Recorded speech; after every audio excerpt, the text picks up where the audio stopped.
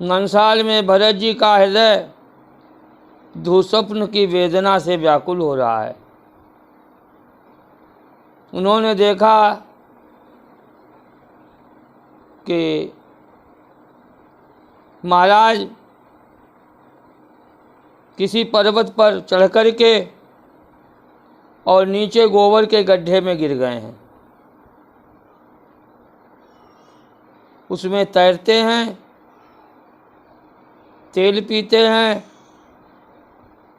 लोहे के आसन पर बैठे हैं, कालदूतियाँ उनको कोनों से पीट रही हैं। ऐसा दुःस्वप्न देख करके उनके नेत्र खुल गए।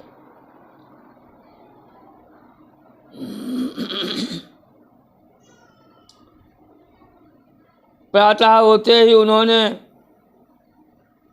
भगवान शिव का अभिषेक किया। इधर अयोध्या से भेजे हुए धावन वहाँ पहुँचते हैं। जो ही समाचार मिला, वह अपने मामा और नाना से आज्ञा लेकर के वहाँ से प्रस्थान करते हैं। अयोध्या में प्रवेश करते हुए बहुत प्रकार से अपशकुन हो रहे हैं।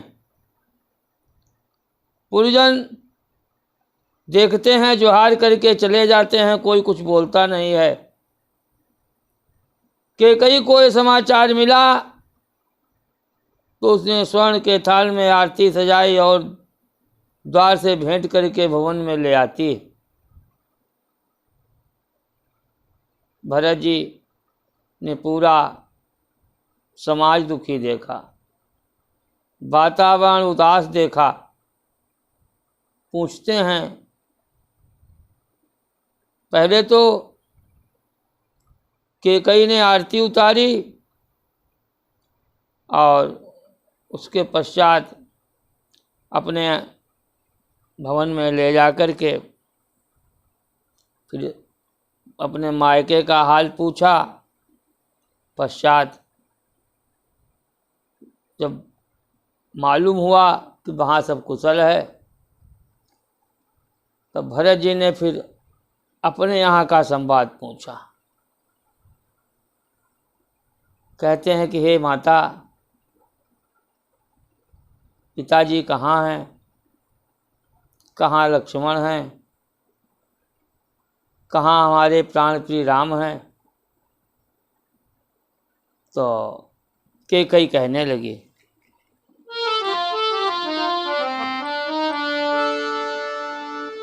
तात बात सब सकल संवारी, भई मंथरा सहाय विचारी, कछुक काज विधि बीच बिगार्यो, भूपति सुरपुरपति पगुधार्यो, भूपति सुरपुरपति पगुधार्यो।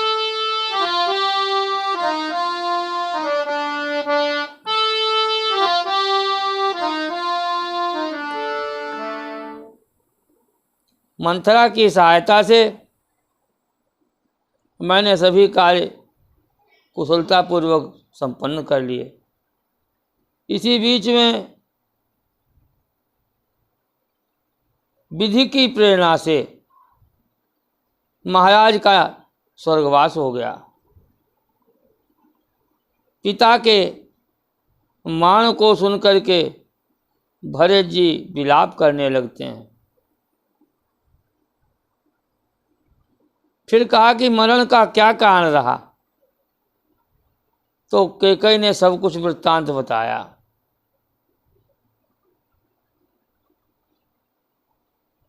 जब भरत जी ने सुना कि राम का वनवास मेरे कारण हो गया, तो भरत ही बिसरे पितु मरण, सुनत राम बन गौ।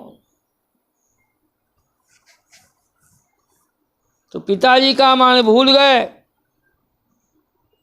और राम के वनवास जाने से और विलाप किया। इसी बीच में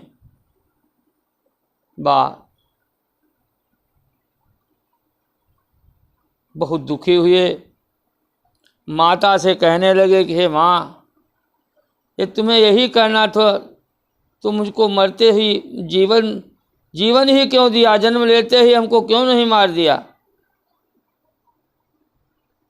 जननी तू जननी भई और विभीषण कवन बसाए।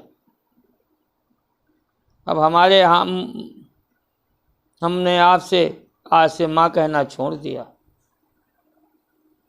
कौशल्या के भवन में जाते हैं। कौशल्या ने अपने अंक में बिठा लिया। भरत को बहुत सांत्वना देती हैं और अपने हृदय में राम और भरत को समान जान करके संतोष किया। फिर गुरु वशिष्ठ जी आते हैं। उन्होंने भरत को समझाया कि जो कार्य सन्निकट है उसे अवश्य करना है, अभी तुरंत। तो महाराज के शव को निकाला गया तेल से और फिर उसको स्नान कराया गया, सुगंध द्रव्यों से चर्चित किया गया, पुष्पमालाओं से विभूषित किया गया और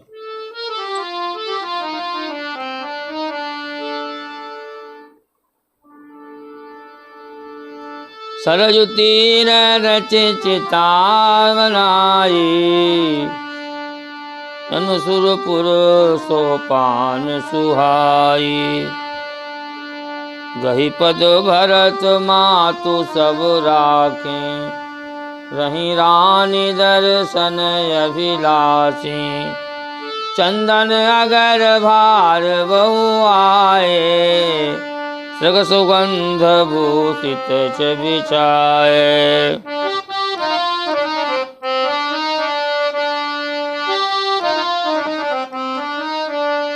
सरजु तीर रचे चिता सुहाई, जनु सुरपुर सोपान सुहाई। गई पद भरत मातु सब राखें, रही रानी दर्शन अभिलाषी।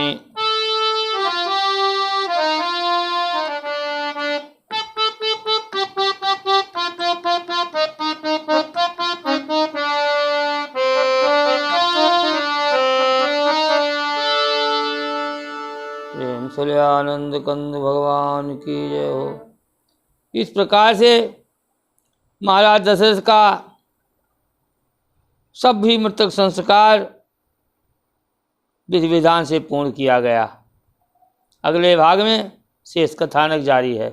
प्रेम से आनंद कंद भगवान की जय हो।